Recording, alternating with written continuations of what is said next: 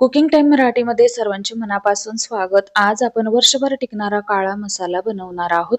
एकदा का हा मसाला बनवला, रोजच्या पातळ भाज्यांसाठी, सुक्या भाज्यांसाठी, नॉनव्हेज भाज्यांसाठी, इतकंच काय तर बिर्याणीमध्ये सुद्धा तुम्ही हा मसाला वापरू शकता.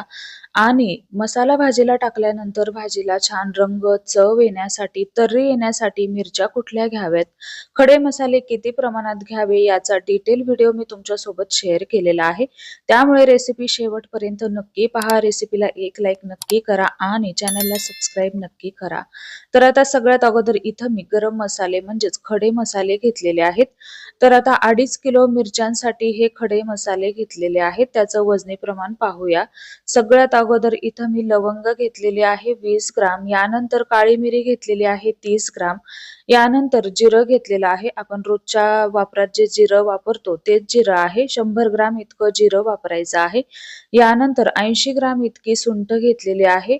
यानंतर दालचिनी घेतलेली आहे 30 ग्राम. तर आता व्हिडिओमध्ये तुम्हाला जशी दालचिनी दिसत आहे अशाच पद्धतीची तुम्हाला दालचिनी वापरायची आहे. दालचिनीमध्ये सुद्धा खूप सारे प्रकार आलेले आहेत. त्यामुळे व्हिडिओमध्ये तुम्हाला जशी लाकडाच्या सालीसारखी दालचिनी दिसत आहे अशीच दालचिनी तुम्हाला वापरायची आहे. यानंतर इथं घेतलेली आहे मसाला इलायची. तर 30 ग्राम इतकी मसाला इलायची घेतलेली आहे. यानंतर हिरवी इलायची घेतलेली आहे 30 ग्राम. आता यानंतर इथं मी घेतलेले आहेत 10 हळकुंड. तर हळकुंड घेताना लेकुरवाळी घ्यायची आहेत. म्हणजेच काय तर आकाराने लहान असतात व थोडीशी बुटकी असतात. यानंतर 1 जायफळ घेतलेला आहे. 2 हिंगाचे खडे घेतलेले आहेत. तर आता इथं तुम्हाला व्हिडिओमध्ये दिसत असेल अशाच पद्धतीचे हिंगाचे खडे तुम्हाला वापरायचे आहेत. यानंतर जायपत्री आणि मायपत्री हे दिसायला सारखेच असतात. तर 20-20 ग्राम घेतलेले आहेत. यानंतर बडीशोप घ्यायची आहे आपल्याला 100 ग्राम. तर जिरं आपल्याला छान निवडून घ्यायचं आहे. तर हे सगळे खडे मसाले आपल्याला व्यवस्थित चाळून निवडून नंतरच मसाल्यासाठी वापरायचे आहेत. इथं मी धने घेतलेले आहेत. तर 2.5 किलो मिरच्यांसाठी 250 ग्राम किंवा 200 ग्राम धने तुम्हाला घ्यायचे आहेत. इंदोरी धने घेतलेले आहेत. तर याचं वजनी प्रमाण 200 ग्राम इतकं आहे. यानंतर तमालपत्र घेतलेलं आहे. तर तमालपत्र वजनी प्रमाणात 50 ग्राम इतकं घेतलेलं आहे. इथं सुकं खोबरं घेतलेलं आहे. सुकं खोबरं 200 ग्राम इतकं घेतलेलं आहे. खोबऱ्याचं प्रमाण सुद्धा तुम्ही कमी जास्त करू शकता. तर खोबरं घेत असताना छान काळ्या पाठीचं पाहून घ्यायचं आहे. यानंतर तीळ घेतलेले आहेत. तीळ घेत असताना मात्र ते गावरान पाहून घ्यायचे आहेत. तर 200 ग्राम इतके तीळ घेतलेले आहेत. खसखस घेतलेली आहे 70 ग्राम. यानंतर इथं मी दगडफूल घेतलेलं आहे. दगडफूल वजनी प्रमाणात आपल्याला घ्यायचं आहे 30 ग्राम. यानंतर नागकेशर घेतलेला आहे 20 ग्राम. त्रिफळा घेतलेला आहे 20 ग्राम. तर आता या त्रिफळामध्ये बिया असते टणक, ती आपल्याला काढून टाकायची आहे कारण मसाल्यामध्ये ती कडवट लागू शकते. आणि दगडफूल घेत असताना मात्र ते स्वच्छ चाळून घ्यायचं आहे कारण यामध्ये सुद्धा खूप सारी धूळ असते. तर आता हे खडे मसाले आपल्याला भाजून घ्यायचे आहेत. तर आता कुठले खडे मसाले तळून घ्यायचे आहेत ते पाहूया. सुंठ आणि हळकुंड, एक जायफळ घेतलेला आहे ते आपल्याला तळून घ्यायचं आहे व बाकीचे सगळे खडे मसाले आपल्याला भाजून घ्यायचे आहेत. तर आता कसे भाजायचे ते पाहूया. कढईमध्ये आपल्याला सुरुवातीला चमचाभर तेल घालायचं आहे. सुरुवातीला आपल्याला धने भाजून घ्यायचे आहेत. तर गरम मसाले भाजत असताना तेलाचं प्रमाण कमीच ठेवायचं आहे. अगदी चमचाभर आपल्याला तेल वापरायचं आहे. खूप जास्त तेलामध्ये जर का गरम मसाले भाजले तर ते डंकावरती कुटताना व्यवस्थित कुटले जाणार नाहीत. तर आता इथे पहा, धने सुद्धा छान असे खरपूस भाजून झाले. सगळे गरम मसाले भाजत असताना गॅसची फ्लेम मात्र तुम्हाला बारीक ठेवायची आहे. कुठे सुद्धा मोठी करायची नाही. आता यानंतर बडीशोप व जिरं सुद्धा आपल्याला भाजून घ्यायचं आहे. तर हे मी सोबतच भाजून घेतलं. जिरं आणि बडीशोप भाजण्यासाठी खूप जास्त वेळ लागत नाही. अगदी पटकन भाजून होतं. भाजून झालं, काढून घेऊया. यानंतर कढईमध्ये अर्धा छोटा चमचा तेल घालायचं आहे. दालचिनी व चक्रफूल भाजून घ्यायचं आहे. तर आता हे पहा, अगदी हलकं गरम होईपर्यंत हे मसाले आपल्याला भाजून घ्यायचे आहेत. भाजून झालं, काढून घेऊया.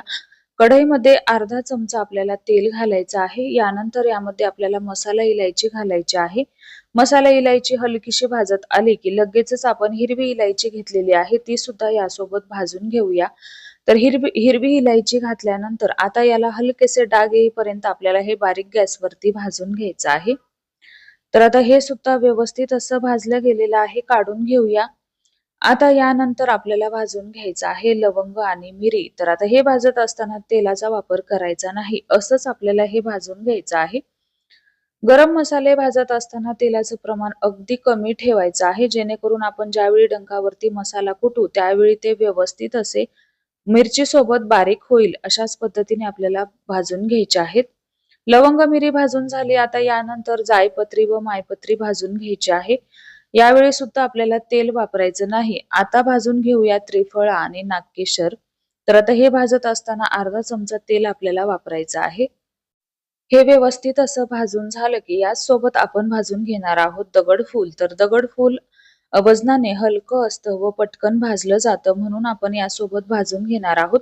दगडफूल घेत असताना मात्र ते स्वच्छ चाळून निवडून घ्यायचं आहे, कारण यामध्ये खूप सारी धूळ, खूप सारा कचरा असतो. तर आता दगडफूल लगेचच भाजून झालेलं आहे, काढून घेऊया. यानंतर तमालपत्र भाजून घ्यायचं आहे. तमालपत्र भाजण्यासाठी सुद्धा खूप जास्त वेळ लागत नाही, अगदी पटकन भाजून होतं. आता यानंतर भाजून घेऊया तीळ. तर तीळ भाजत असताना तेलाचा वापर करायचा नाही, असंच आपल्याला हे भाजून घ्यायचं आहे. तीळ छान फुलेपर्यंत भाजून घेतलं की यासोबत आपण खसखस भाजून घेणार आहोत. खसखस सुद्धा आपल्याला तिळासोबत हलकीशी भाजून घ्यायची आहे. खसखस आणि तीळ काढत असताना सेपरेट ताटामध्ये काढून घ्यायचं आहे. यानंतर आता इथं मी खोबरं घेतलेलं आहे. तर खोबरं आपल्याला किसून घ्यायचं आहे. खोबरं छान असं तांबूस रंगावरती भाजून घ्यायचं आहे. लक्षात ठेवा, तीळ, खसखस आणि खोबरं भाजल्यानंतर आपल्याला सेपरेट ताटामध्ये काढून घ्यायचं आहे. सुरुवातीला गरम मसाले जे भाजले त्यासोबत काढायचं नाही. आता यानंतर इथं मी 2.5 किलो मिरची तुम्हाला सांगितलेली आहे. तर अर्धा किलो मी बेडगी मिरची घेतलेली आहे. तर बेडगी मिरचीचं देठ काढून ही मिरची आपल्याला 2 दिवस उन्हामध्ये कडकडीत अशी सुकवून घ्यायची आहे व नंतरच मसाल्यासाठी वापरायची आहे. तर मिरची भाजत असताना गॅसची फ्लेम आपल्याला मीडियम ठेवायची आहे व या मिरच्या आपल्याला छान असा कुरकुरीतपणा येईपर्यंत भाजून घ्यायच्या आहेत. लक्षात ठेवा, मिरची भाजत असताना गॅसची फ्लेम खूप हाय ठेवायची नाही व मिरचीला खूप जास्त डाग सुद्धा येऊ द्यायचे नाहीत. बेडगी मिरची भाजत असताना थोडासा जास्तीचा वेळ लागतो, यासाठी गॅसची फ्लेम मीडियम ठेवायची आहे व मिरची छान कुरकुरीत होईपर्यंत भाजली. काढून घेऊया अर्धा किलो बेडगी मिरची. आता यानंतर 2 किलो इतकी मी लवंगी मिरची घेतलेली आहे. तर लवंगी मिरचीचं सुद्धा देठ काढून आपल्याला छान कडकडीत उन्हामध्ये या मिरच्या सुकवून घ्यायच्या आहेत. आता लवंगी मिरची सुद्धा आपल्याला भाजून घ्यायची आहे. या मिरच्या भाजत असताना प्रत्येक बॅचला तुम्हाला थोडं थोडं तेल घालत लवंगी मिरच्या भाजून घ्यायच्या आहेत. मिरच्या घेत असताना छान चांगल्या क्वालिटीच्या तुम्हाला पाहून घ्यायच्या आहेत. तर अशाच पद्धतीने मी 2 किलो मिरच्या भाजून घेतल्या. आता यानंतर आपण तळून घेणार आहोत हळकुंड. तर त्यासाठी कढईमध्ये मी 250 ml इतकं तेल घातलेलं आहे. तेल छान कडकडीत झाल्याच्या नंतरच तुम्हाला हळकुंड तळण्यासाठी घ्यायचं आहे. हळकुंड तळून झाल्यानंतर तुम्हाला व्हिडिओमध्ये दिसत असेल अशा पद्धतीचं फुललं जातं व ते तेलावरती तरंगतं, तर समजायचं आपलं हळकुंड सुद्धा भाजून झालं.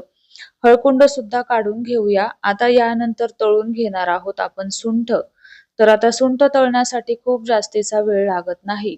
याच तेलामध्ये आपल्याला सुंठ सुद्धा तळून घ्यायची आहे. हळकुंडाप्रमाणे सुंठ तळून झाल्यानंतर तेलावरती तरंगली जाते व दुपटी तिपटीने छान अशी फुलली जाते. तर आता व्हिडिओमध्ये तुम्हाला दिसत असेल सुंठ सुद्धा तळून झालेली आहे, छान अशी फुलली गेलेली आहे. आता ही सुद्धा आपल्याला काढून घ्यायची आहे. आता यानंतर आपण तळून घेणार आहोत जायफळ. तर जायफळ तळण्यासाठी सुद्धा खूप जास्त वेळ लागत नाही, अगदी पटकन तळून होतं. आता हे तळून राहिलेलं जे तेल आहे ते तेल तुम्हाला पूर्णपणे थंड करून घ्यायचं आहे. थंड झालेलं तेल एखाद्या बरणीमध्ये किंवा डब्यामध्ये तुम्हाला मसाला कुटायला जाताना घेऊन जायचं आहे. पूर्णपणे मसाला कुटून झाल्यानंतर तुम्हाला हे तेल मसाल्यामध्ये वापरायचं आहे. लक्षात ठेवा, तेल पूर्णपणे थंड करून घ्यायचं आहे. आता इकडे पहा, ज्या मिरच्या मी भाजून ठेवल्या होत्या त्या तुम्हाला एखाद्या कापडावरती किंवा पेपरवरती तुम्ही काढून घेतल्या तरीही चालेल. तर मी व्हिडिओमध्ये तुम्हाला दिसत असेल अशा पद्धतीने या मिरच्या पूर्णपणे थंड करून घेतलेल्या आहेत. यानंतर जे गरम मसाले भाजून घेतलेले आहेत ते सुद्धा मी एका ताटामध्ये काढून घेतलेले आहेत. गरम मसाले सुद्धा आपल्याला पूर्णपणे थंड करून घ्यायचे आहेत. तर आता इथे पहा, एका सेपरेट कॅरी बॅग मध्ये तुम्हाला हे मसाले कुटण्यासाठी घेऊन जायचं आहे. आता याच गरम मसाल्यांमध्ये तळून ठेवलेलं सुंठ, हळकुंड, जायफळ आणि हिंग मिक्स करायचं आहे. हे पूर्णपणे थंड करून घ्यायचं आहे. आता मसाला बनवताना मी तुम्हाला मिठाचं प्रमाण सांगितलं नाही, तर मसाला कुटताना मी 200 ग्रॅम इतकं खडे मीठ वापरलेलं आहे. आता एक महत्त्वाची दुसरी गोष्ट ती म्हणजे कुठले पदार्थ तुम्हाला मिक्सरला बारीक असे फिरवून मसाला कुटताना घेऊन जायचे आहेत. तर इथं व्हिडिओमध्ये तुम्हाला दिसत असेल खोबरं, तीळ, खसखस तुम्हाला मिक्सरला बारीक असं फिरवून सेपरेट डब्यामध्ये घेऊन जायचं आहे. ज्यावेळी पूर्णपणे मसाला कुटून होतो, त्यावेळी तुम्हाला हे बारीक केलेलं तीळ, खोबरं, खसखस आणि तेल मसाल्यामध्ये मिक्स करायचं आहे व यानंतर आपला तयार होतो काळा मसाला. तर आता व्हिडिओमध्ये तुम्हाला दिसत असेल अगदी मस्त असा या मसाल्याला रंग आलेला आहे व चवीला तर हा मसाला अतिशय भन्नाट असा तयार झालेला आहे. तयार केलेला मसाला कोरड्या काचेच्या बरणीमध्ये, चिनी मातीच्या बरणीमध्ये तुम्हाला भरून ठेवायचा आहे.